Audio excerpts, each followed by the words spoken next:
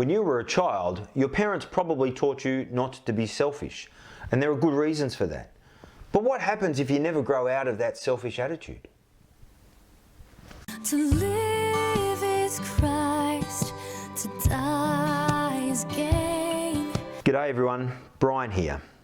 When Paul is in prison, there are people who are continuing to preach the gospel. It's not just Paul who does that. There are others who are continuing to do that work. Some have been taught by him. Some have heard about him, but they all know about Jesus. What's intriguing is the motivation behind their preaching. Some preach Christ out of goodwill, out of love for Jesus and respect for Paul. And so as they do that, they are speaking about perhaps Paul's suffering for the gospel and letting that be an inspiration for us. Others are preaching about Jesus, but they're using Paul as an illustration to perhaps say that if he had been more faithful, then he wouldn't be in prison just now. As preachers, we use illustrations and we use stories of people like Paul, who have been a hater of Jesus and now have come to know Jesus and are now a proclaimer of the gospel of Jesus. We use that to encourage people to see the great change that Jesus brings in life. There are other stories we use to show the great change, the sad change that happens when people turn their back on Jesus.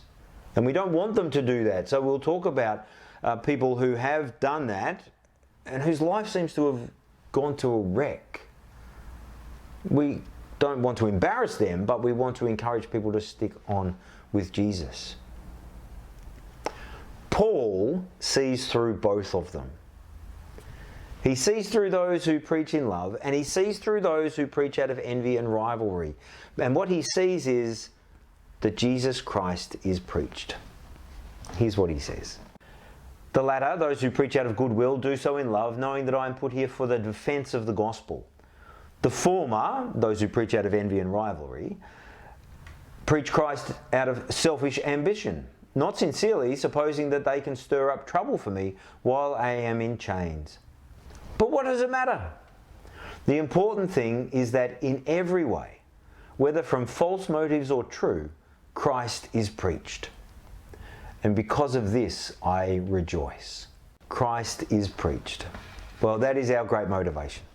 That is our great desire, that Christ is preached. Why? Because to live is Christ. Because Christ, Jesus, came into the world to save sinners, of whom Paul says, I am the very worst. To save people like you and me. That's why we preach Christ. And that's why we rejoice. We hope you can find Jesus. If you want to know more, leave a comment and I'll be happy to get back to you. Have a great weekend. I'll see you on Monday. Bye-bye.